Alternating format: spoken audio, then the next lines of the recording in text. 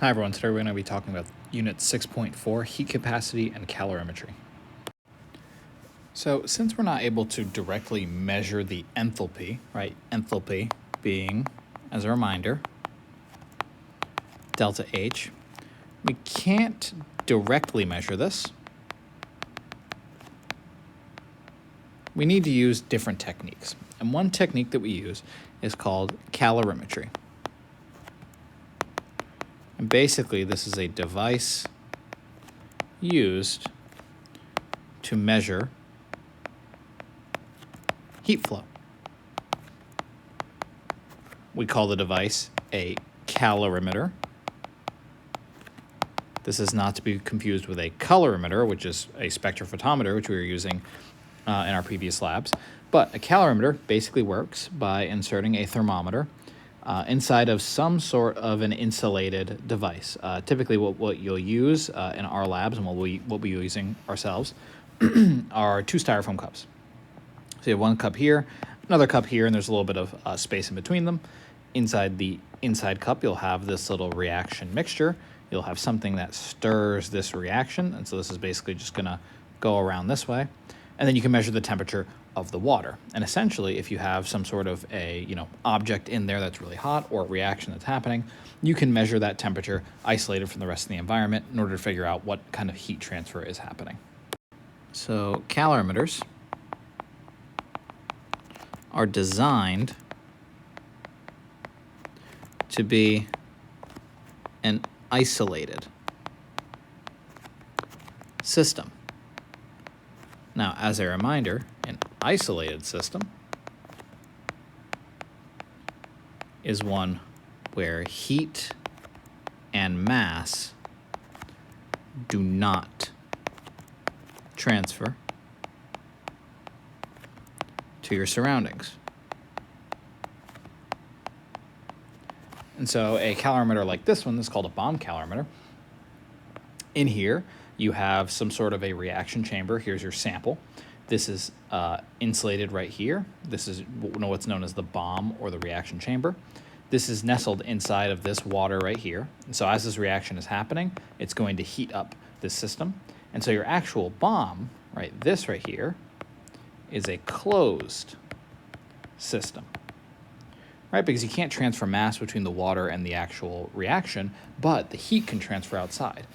This entire container, this is your isolated system, because heat is not escaping out into the further surroundings. It is just escaping into the water right there. And so the way this basically works is that energy from the reaction transfers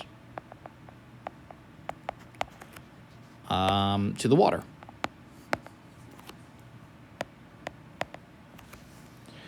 From this, we can measure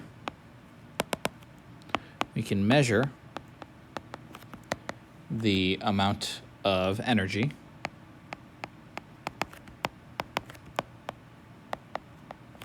the water gains, right? Because whatever we lose from the system should be absorbed by the surrounding. So using these bomb calorimeters, there's a few terms that we can define. One of them is the heat capacity.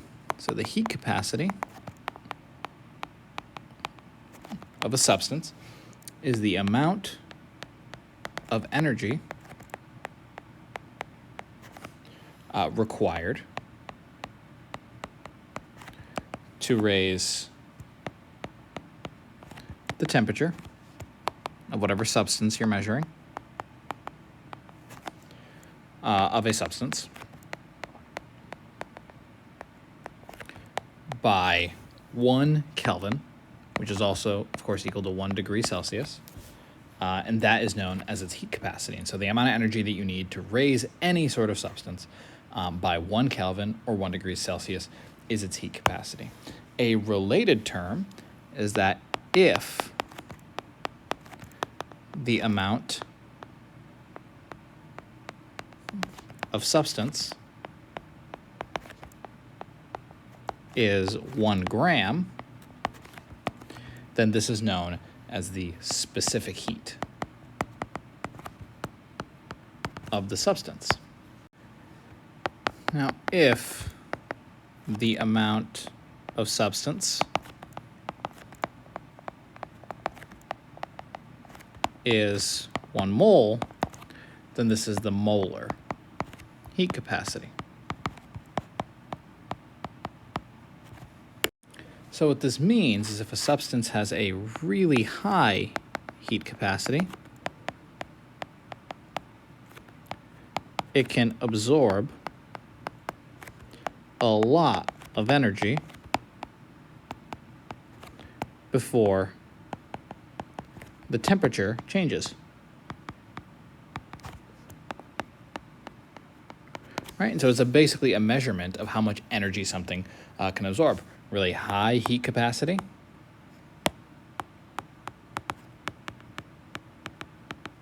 basically equals resistant to change. Really low heat capacity basically means easy to change. And this is both in relation to temperature. Now here's just a table of some heat capacities, for example. You don't actually have to memorize any of these. But for nitrogen gas, the specific heat is 1.04. And if you compare that to something like water, right, water is just 4.18. What this is basically saying is that water takes a lot of energy before temperature changes, which kind of makes sense, right? If I ever put a pot of water on the stove and try to boil it, it actually takes quite a while before that boils. Now, if we take something like a metal, right, iron's specific heat is 0.45. And again, that makes sense. If I heat up a piece of metal and touch it, I'm going to burn myself. And so something like water has a really, really high heat capacity. It takes a while for that temperature to change. But something like iron, like a metal, once you heat that up, it does not take a very long time for that temperature to change. Now, there's one particular specific heat that I encourage you all to know, and that is the specific heat of water, just because it's going to come up a lot. That is equal to 4.184 joules per gram degree Celsius. That can also be joules per gram times Kelvin, because it's either the heat to raise the temperature of water by 1 degree Celsius or 1 Kelvin, so either one works. And so using heat capacity, we can calculate some important parameters. For example, delta H, or the enthalpy, can be calculated using the specific heat. Right? And so if we use this equation right here, Q, which is our heat, is equal to the mass, or the amount of a substance, times its specific heat, times the change in temperature. Right? And for pretty much every case that we're going to be doing in AP Chemistry, Q is equal to delta H.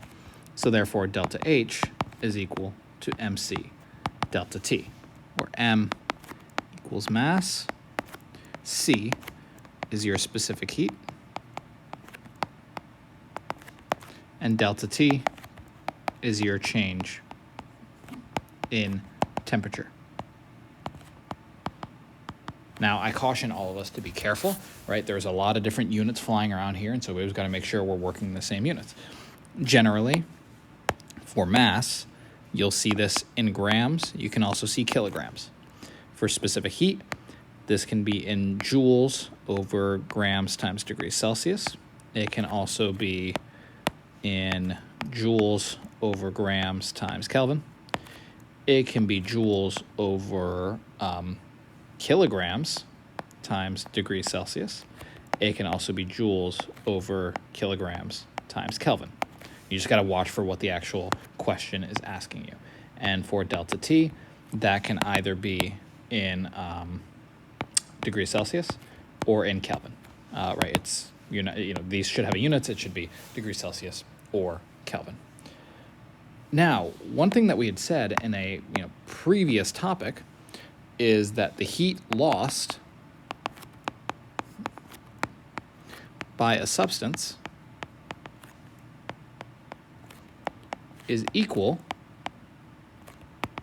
to the heat absorbed by a substance in thermal equilibrium. So if you have, right, substance A and substance B,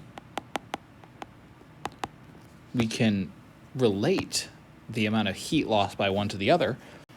We can make this into an expression saying negative MC delta T is equal to MC delta T, right? Or if we want to be slightly more specific and not confusing, we can say negative mass of A times the specific heat of A times the change in temperature that A experiences is equal to the mass of substance B times the specific heat of substance B times the change in temperature of substance B. And so if you're given this kind of data, you can say that the heat lost by substance A is equal to the heat lost of substance B. And so we can do a lot of calculations using this kind of a relationship. Now, normally we get energy units in joules, right? J, which is equal to joules. But there's another unit that we'll often sometimes see, and that is a calorie. Specifically, and actually I'm going to rewrite this, specifically a calorie with a lowercase c, that's equal to 4.184 joules. Now, of course, we've all heard the term calorie before, but that is calorie with a uppercase C. So a calorie with an uppercase C is equal to 1,000 calories with a lowercase c, or 1 kilocalorie, which occasionally we'll call a kcal. And so basically, 1 kcal is equal to 4,184 joules, or in other words, 4.184 kilojoules is equal to 1 kilocalorie. And those kilocalories are the calories that we actually measure in our food. And so if you're wondering what that actually means, it's basically just the energy. So anytime we have a chemical system, that can change energy in basically three main ways: either heating or cooling, phase changes, or through a chemical reaction. And something we need to remember is that if there is a change in temperature, in other words, delta T, change in temperature, we can use Q equals MC delta T, right? The heat is equal to the mass times the specific heat of your substance times the change in your temperature. Anytime you see a change in temperature, whether or not it's through heating or cooling, phase changes, or chemical reactions, we can calculate the heat using this formula. So let's look at this practice problem, for example, right here. In this one, we're saying 50.0 grams of water was added to a coffee cup calorimeter as shown in the diagram above, this diagram here, right? And so we have water inside this calorimeter. It's isolated from our surroundings. We're told the initial temperature, so we can call that T underscore I, is equal to 22.0 degrees Celsius. And it absorbs 300 joules of heat, right? Joules is a unit of energy. That therefore this would be Q. So our Q is equal to 300 joules of heat. It's saying assuming no heat is transferred to the surroundings, and so it's insulated, as we can see, it's in our double insulated cup there, and so there's no heat actually leaving our cup.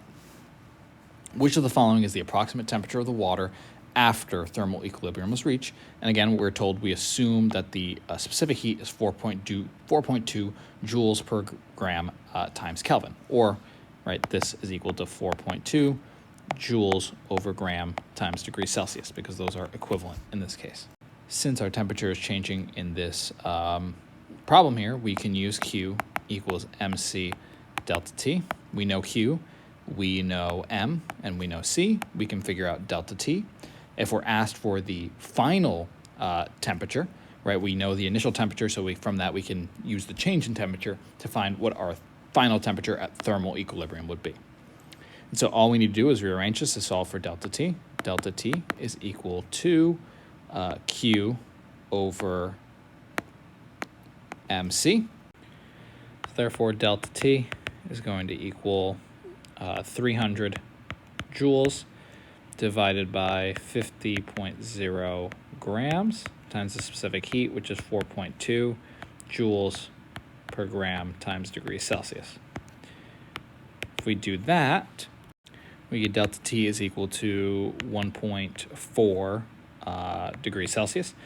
We only have 2 sig figs here because we have 3 there, and 2 there. So our final answer should be 1.4 degrees Celsius for the change in temperature.